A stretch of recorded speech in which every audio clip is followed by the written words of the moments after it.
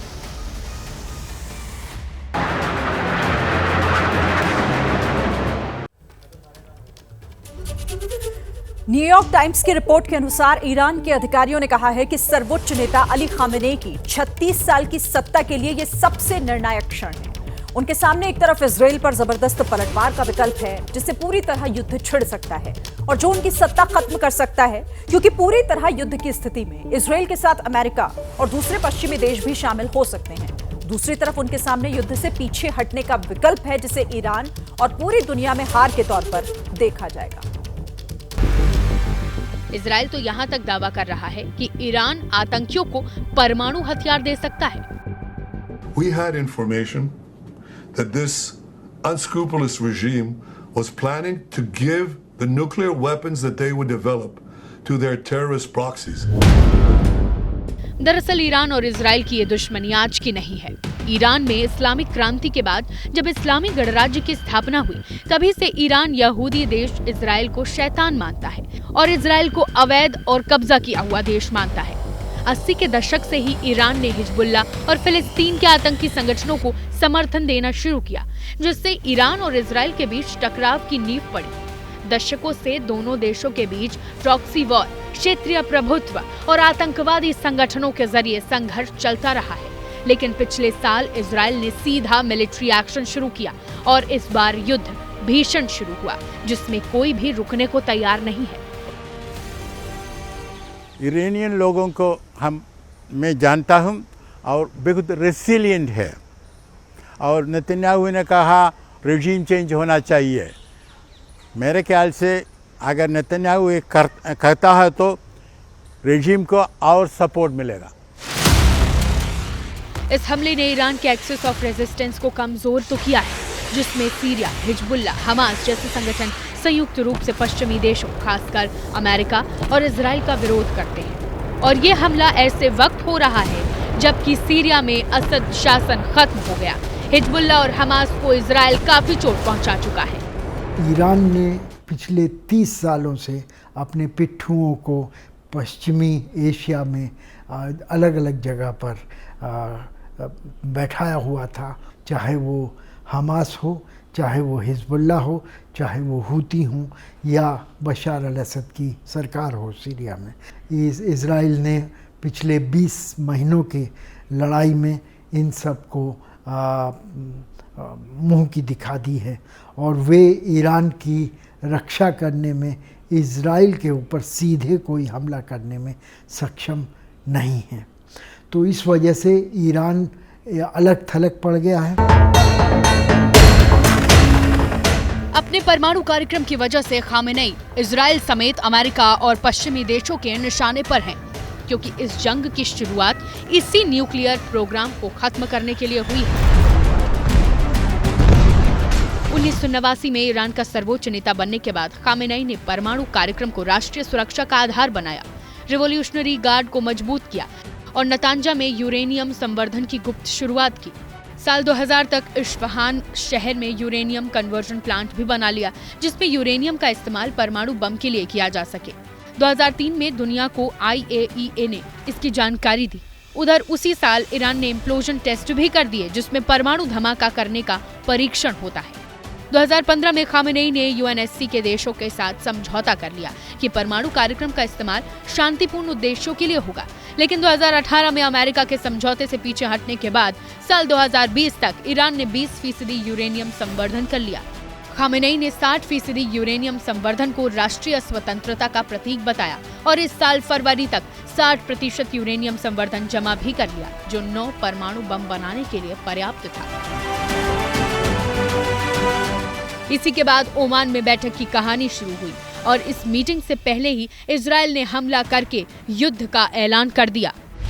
Air India की एक और फ्लाइट में तकनीकी खराबी की खबर आ रही है। आपको बता दें कि ये विमान अहमदाबाद से लंदन जाने वाली फ्लाइट थी, जिसे कैंसिल किया गया है। बताया गया कि इसमें तकनीकी खराबी आई, उसके बाद इसे कैंसिल किया गया और ये भी फ्लाइट अहमदाबाद से लंदन जा रही थी। दिल्ली से अहमदाबाद पहुंचा था A1159 विमान, जिसमें तकनीकी खराबी के कारण फिलहाल इसे कैंसिल कर दिया गया है। तो आपको बता दें एयर इंडिया की एक और फ्लाइट में तकनीकी खराबी के कारण, आपको बता दें ये जो फ्लाइट है, जो विमान है AI159, ये विमान का नंबर है, विमान संख्या है, तो जो दिल्ली से अहमदाबाद पहुंचा था। लेकिन कहा जा रहा है कि यह फ्लाइट अहमदाबाद से लंदन जाने वाली थी, लेकिन फिलहाल इसे कैंसिल कर दिया गया। हमारे साथ फोन लाइन पर ज्यादा जानकारी के लिए संवाददाता मृत्युंजय जुड़ चुके हैं। मृत्युंजय, क्या अपडेट? लगातार एयर इंडिया के विमान में खराबी की लगातार खबरें आ रही हैं और ऐसे में एक और विमान जो अहमदाबाद से लंदन टेक ऑफ करने वाला था और उसको कैंसिल कर दिया गया।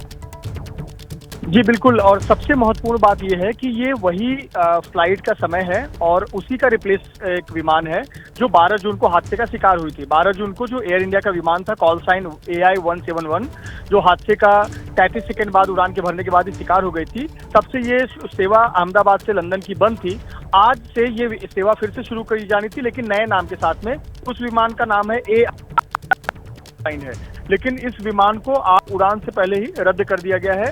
तकनीकी वजह बताई जा रही है। अब ये तकनीकी वजह किस प्रकार की है, इसकी अधिक जानकारी अभी तक नहीं आई है, लेकिन तकनीकी वजहों के कारण जो आज से विमान अहमदाबाद लंदन रूट पर शुरू होने वाली थी AI159 नए नाम के साथ में, उसे आज के लिए रद्द कर दिया गया है। हालांकि कल के लिए फिर से ये विमान प्रस्तावित है कि अपने समय पर यानी 1:10 पर ये उड़ान भरेगी, लेकिन आज की जो विमान है ये रद्द कर दी गई है। अब इसके पीछे वजह क्या विमान में तकनीकी दिक्कत है या फिर जो हाल ही में DGCA ने गाइडलाइन जारी किया है एयर इंडिया के विमानों के लिए, ड्रीमलाइनर के लिए, क्या वो एक वजह हो सकती है? ये अभी स्पष्ट नहीं हुआ है। लेकिन जो 12 तारीख की घटना के बाद एक बार फिर से विमान सेवा शुरू होने वाली थी अहमदाबाद लंदन की नए नंबर के साथ में, नए कॉल साइन के साथ में AI 159, वो विमान आज के लिए आज रद्द हो गई है। आज कोई उड़ान नहीं भरी जाएगी।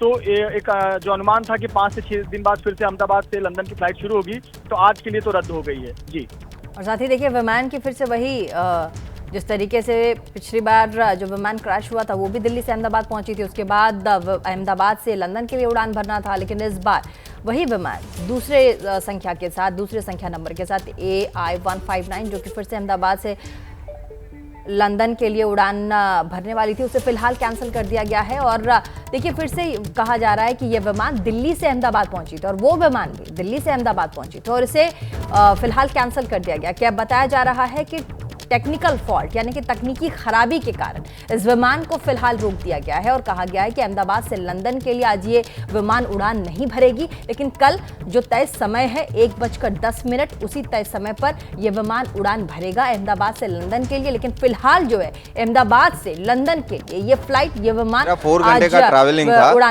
एयर इंडिया से बुक की थी मैंने, अभी 1 बजे की फ्लाइट थी, 1 बज के लंदन गेटविक जा रहा था मैं।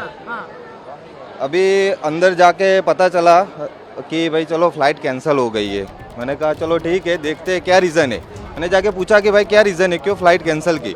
वो बोले कि sir we don't know what's going on, right. मैंने कहा भाई ये क्या बात होगी, व्हाट्स गोइंग ऑन मतलब you are crew member, right. तुम्हारे पास कुछ ऐसा रीज़न होना चाहिए कि इसकी वजह से फ़्लाइट कैंसिल हुई है। अगर फ़्लाइट मेंटेनेंस में भी गई है तो भी बताओ, सही है। और ये टाइम है कोई मेंटेनेंस करवाने का? तो उनके पास कुछ जवाब नहीं है, कोई आंसर नहीं है उनके पास, राइट। वो अभी रिफंड का पूछा, बोल रहे हैं रिफंड अभी हम कुछ बता नहीं सकते। रिफंड कैसे? मैंने कहा कैसे मिलेगा? बोले कि आप ऑनलाइन जाओ। ऑनलाइन कहाँ जाओ? तो ये सब अभी उन्होंने आप लोगों को कुछ नहीं बताया। वापस बस वो हमारा नाम नंबर लिख दिया, PNR नंबर लिख दिया फ्लाइट टिकट का। बोल रहे हैं कल सुबह 11 बजे आ जाओ। मैंने कहा ठीक है, अभी मैं पाटन से आ रहा हूँ, ठीक है। तो अभी मेरे आने जाने का एक्सपेंसेस वो कैसे होगा? वो बोला वो हम नहीं जानते, वो आप देख लो अपने हिसाब से। अगर आपको होटल जाना है तो ये आप देख रहे हैं, उन्होंने बस की है स्लीपर कोच, तो अभी होटल ले जा रहे हैं। अभी मैं मेरी फैमिली के साथ आया, होटल में जाके क्या करूँ? मैं और मेरी वाइफ 2 लोग जा रहे थे। तो ये सब बिल्कुल है कि अभी एयर इंडिया में ट्रैवल मत करो please, to be honest. Thank you. तो एयर इंडिया में ये यात्री जो कि यात्रा करने वाले थे अहमदाबाद से लंदन के लिए, इन्होंने अपना एक्सपीरियंस शेयर किया है, साझा किया अपना अनुभव, और कह रहे हैं कि हम लगातार एयरपोर्ट में जो काउंटर है वहाँ पर गए। 3 बजे जाएगा, वहाँ यहाँ आ गए, अंदर बेबी को एंटर कर दी, चेकिंग चालू हुआ, फिर बोलता है कि कैंसिल हुआ टिकट, प्लेन कैंसिल हुआ। वजह कुछ नहीं बता रहे। वातावरण तो ये तो सब दूसरी प्लेन तो उड़ रही है ना। हमको वातावरण इंक्वायरी के लिए हमने पूछा, हमको कुछ मालूम नहीं है यहाँ क्या करने का। इंक्वायरी का पूछा कहाँ जाने का, तो क्या 1 नंबर पे जाओ आप। हम 1 नंबर पे गए पूछने के लिए, तो यहाँ क्यों इंटरनेशनल में इंक्वायरी करने की, यहाँ से वहाँ, वहाँ से यहाँ। ये इतना हैरान हो रहा है। कल 6-7 हज़ार रुपये खर्च करके आया है और कल का खर्चा हुआ, कल भी कंफर्म नहीं है उसका। ये जनावर समझ रखा है सब पब्लिक ने, एयरपोर्ट वाला ने। शैलेश भाई चतुर्वेदी शाह खंभाती आया हमें कालना हम के साथ वो कह रहे हैं कि हम लगातार जा रहे हैं एयरपोर्ट में और जो काउंटर है एयर इंडिया के वहाँ पे हम बातचीत कर रहे हैं, लेकिन हमें कोई सॉल्यूशन नहीं मिल रहा है। एक बार सुनिएगा क्या कुछ कह रहे हैं यात्री। 1 बजे की थी, अब 3 बजे बता रहा है। अब 3 बजे तो कोई मैसेज नहीं आया, पर वो अंदर से बोलता है कि रद्द किए है क्या। तो हम परेशान होता है 1 घंटे से। वो पार्किंग हुआ है, वो पार्किंग का भी पैसा मांगता है, तो पार्किंग का भी पैसा कैसे हम देगा? अभी कौन जा रहे थे आपके घर से? बच्ची जा रही थी मेरी, कहाँ है? वो अंदर है। क्या बोल रहे हैं, कब के लिए फ्लाइट करेंगे? वो तो बोलती है कि जो नाइट की है, पर नाइट की नहीं है, कल की है। और कल होगा क्या नहीं होगा तो पता ही नहीं चलेगा ना। इसी कोई जवाब नहीं देता है। वो एयर इंडिया के कोई टिकट और लेना ही नहीं है।